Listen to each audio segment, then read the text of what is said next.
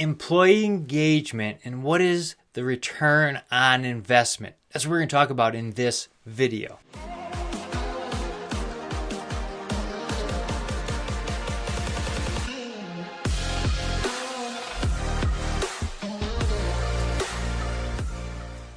So a lot of organizations are focused in on employee engagement, and there's different words going around like quiet quitting, quiet firing, disengagement. Basically, engagement is how do you get people involved and enthusiastic and work hard for your organization to serve the customers.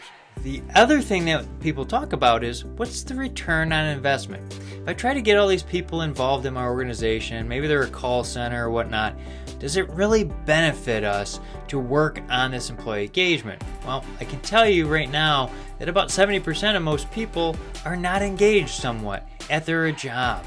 And that's a failing grade when only 30% are actually engaged at your organization. Because when people are engaged, they're there for the mission, how to serve the customer, how to do things well. They're more enthusiastic. They're ready to show up. They're taking less time off. They're putting in the hard work. We need people engaged in the mission to serve our customers or wherever they're at. They need to understand that, because if we can't communicate that and they can't see it, they won't see the purpose of why they're showing up. And when another job happens, they're going to go jump ship for $1 pay raise and just go for that paycheck, which isn't ultimately going to serve them either. So we need to make sure we're focusing on this, because there is a return on investment. Because once we have high trust and we have high engagement, speed goes up, costs go down. What does that mean? We make more money. So there is an ROI involved in engagement. We need people to show up enthusiastic, ready to roll up their sleeves and go to work. Because if we don't, we're going to be retraining people. And it costs on average about $60,000 to $100,000 per employee, getting them onboarded, because you got these benefits, we got all this other stuff, and there's a lag in how efficient they are every time we hire someone new.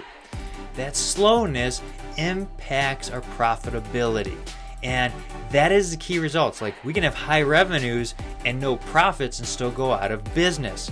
So we need to make sure that we're keeping the people retained and that they're engaged. Otherwise, our profitability will suffer. We need higher profits. So here's the other thing. If you have more customers and keep growing your customer base, but they're not people who just buy everything you have, well, there's an acquisition cost to new customers. Same thing with employees. There's an acquisition cost, just like I talked about. There's a little bit of lag on their speedness when they're trying to learn all the activities they need to do. So we need to make sure that we're getting the best bang for our buck. And employee engagement is going to do that for us. So we need to implement things to build employee engagement, like building a culture of trust, being one that the leaders step in and say, here's our mission, here's our values, and the organization is going to function off those values, not just put them up on the wall. We need people engaged, or else we're going to struggle as the years go on. And when times get tough and we have low profitability already, that's when a lot of organizations go under. And then you have tons of people out there looking for a job.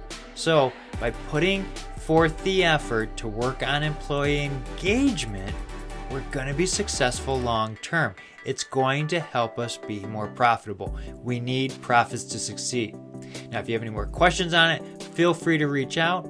I'm here to help you. Be glad to help. Contact information is below. If this video is helpful, hit like, share, subscribe, send to somebody you think it might benefit. That's why I do these videos, to help you. We'll see you next time.